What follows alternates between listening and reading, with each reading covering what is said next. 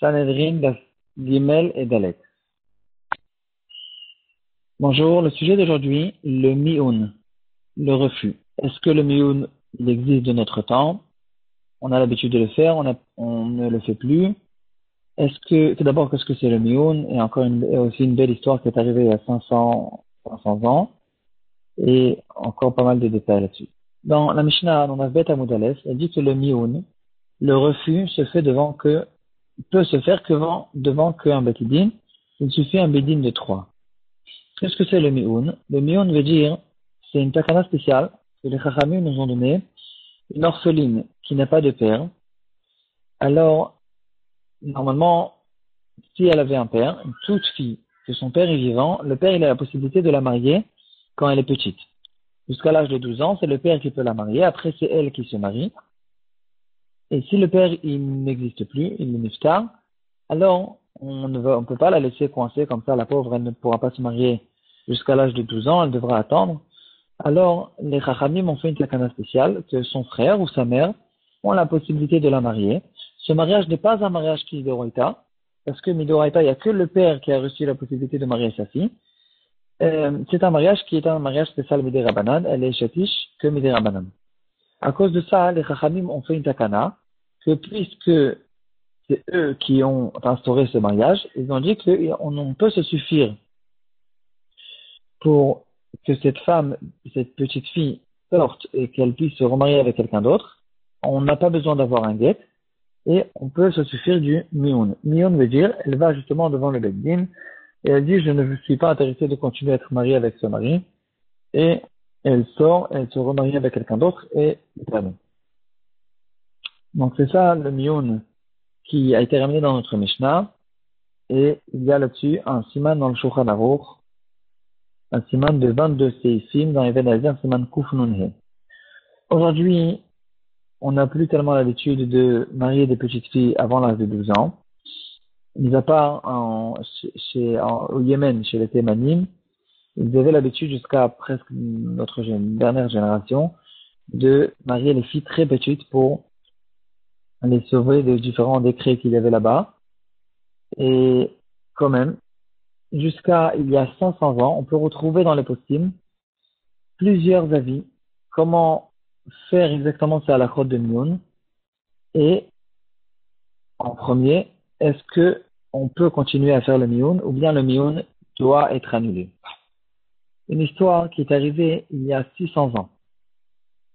Non, avant l'histoire, il y a 600 ans, il y avait en Allemagne un des Rishonim qui s'appelait Rav Menachem de Mirsburg, qui a écrit un livre qui s'appelait Meil Tedek. Les gens, ils avaient l'habitude de l'appeler Rav Menachem Matz, au nom de son livre, Meil Tedek, ou bien Rav Menachem Ameili, aussi au nom de son livre. Et d'après le témoignage du Maharshal, qui existait il y a 400 ans, ce Rabbi Menachem, il a instauré plusieurs takanot, plusieurs choses. Il était quelqu'un de très grand en Torah, et il a fait des takanot spéciales qui ont été répandues dans toute l'Allemagne, qui était au fait, à cette époque, l'endroit principal où se trouvaient les Juifs de l'Europe.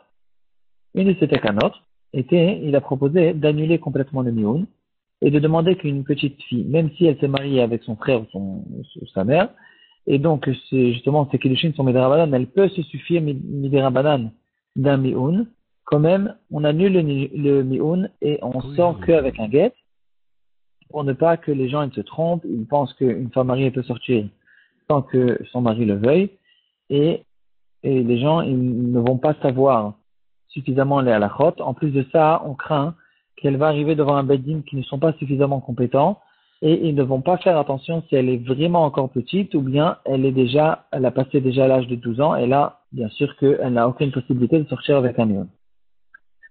Une histoire qui est arrivée il y a 510 ans, donc relativement peu de temps après ce Rav Menachem de Mirsburg. Et cette takana a été mise en examen. C'était l'histoire d'une petite orpheline qui s'appelait Sulka. Et elle a été mariée avec son frère et sa mère, par son frère et sa mère, bien sûr. et elle a été mariée à un jeune homme qui s'appelait David Tzener. Au bout d'un certain temps, elle a décidé de se séparer de lui, et à cause du fait que son mari n'était pas d'accord de lui donner un guet, ses proches lui ont appris de faire le mioun. Et donc elle a fait ce mioun, elle a refusé, et elle est sortie. Le frère de sa sœur, le frère de la sœur de cette fille, c'était un des gdoléadors de tous les temps, qui s'appelait Rabbi Yaakov Polak.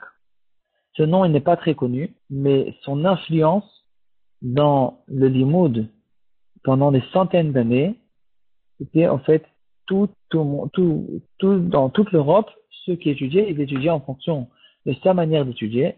C'est lui qui a inventé le shitat à Pilpul, qui au fait était dans toutes les yeshivot, ils étudiaient avec sa Torah Talmud, avec la yeshiva qu'il a ouverte plus tard, comme on va voir tout de suite.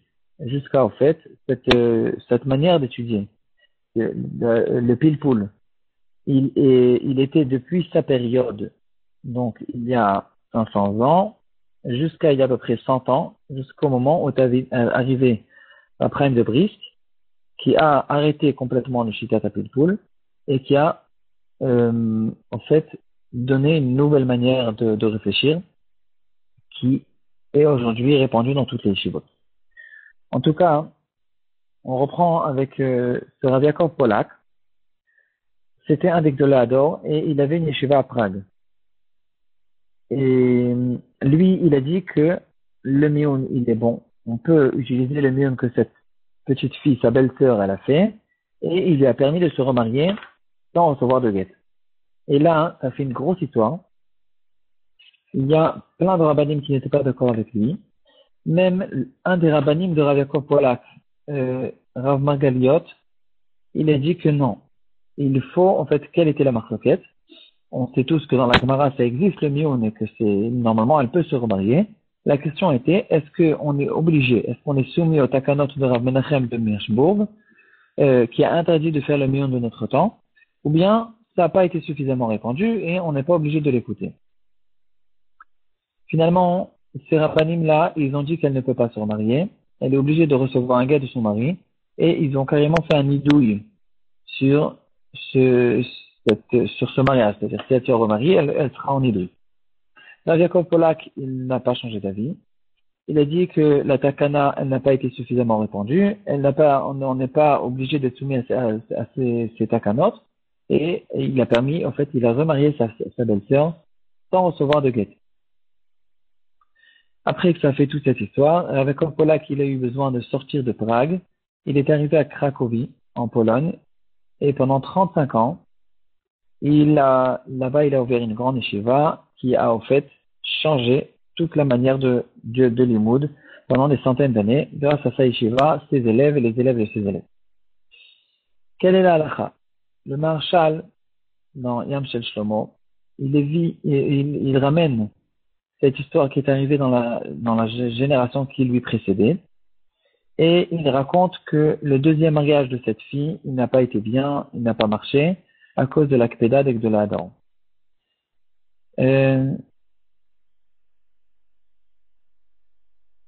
Il dit, donc d'après le Maharshal, de notre temps, on ne peut plus faire le mioun, et même si ça a été fait, il faut attendre qu'elle ait un guet pour pouvoir se remarier. Par contre, on retrouve cette halakha jusqu'au Shulchan Aruch.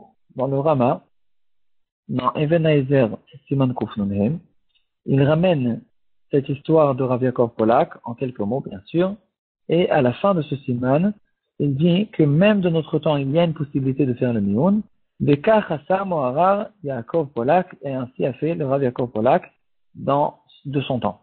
Le Rama qui était déjà 200 ans après, Rav Yaakov Polak, il ramène cette histoire, et il dit que le mioun, il est possible même de notre temps. Pourquoi c'est pas considéré qu'il y a là-dessus un minag? Pourtant, le minag, il a été, au moins du temps du Rama, c'était déjà suffisamment répandu qu'on ne fait plus de mioun. Le Baal HaTanya, dans le Shulchan Aruch Harav, il explique, il nous donne la raison. Il dit que le minag, c'est quelque chose qui a été répandu, et que beaucoup de gens font pendant beaucoup de temps, pendant des longues périodes, beaucoup de fois, à plusieurs reprises. C'est ça un minag. Quelque chose qui est très rare, par définition, il ne peut pas être considéré comme un minag. Le mioun, c'est quelque chose qui est très rare. Parce que, premièrement, c'est une fille qui s'est mariée très jeune. Deuxièmement, c'est une fille qui n'a pas de père. Troisièmement, elle a été mariée par son frère. Et quatrièmement, elle est intéressée de ne pas rester avec son mari. Et elle veut refuser. Cinquièmement, elle n'a pas réussi à avoir de guet de son mari. Et c'est que, après tout ça, qu'on arrive à ce cas de mioun. Donc c'est un cas qui est extrêmement rare et qui n'arrive pas du tout souvent. Et à cause de ça, on n'a pas de possibilité de dire que le minag il a été répandu de ne pas faire le mioun. Parce que c'est quelque chose qui est tellement rare que il est très possible qu'on n'a pas entendu autour de nous des gens qui font des méonymes parce que c'est jamais arrivé techniquement. Et donc, il nous dit que, on comprend maintenant le psak du Rama, que on peut pas dire qu'il y a un minag de ne pas faire le mioun. Et donc, c'est pour ça que le Rama, il permet le mioun, théoriquement. Le Aruch HaShulchan, qui est encore bien plus tard, il dit que, en fait, le Aruch HaShulchan, on retrouve, en fait, cette halakha maintenant encore quelques centaines d'années plus tard. Le Aruch HaShulchan était du temps du Mishnah Bora. Donc, il était il y a à peu près 150 ans.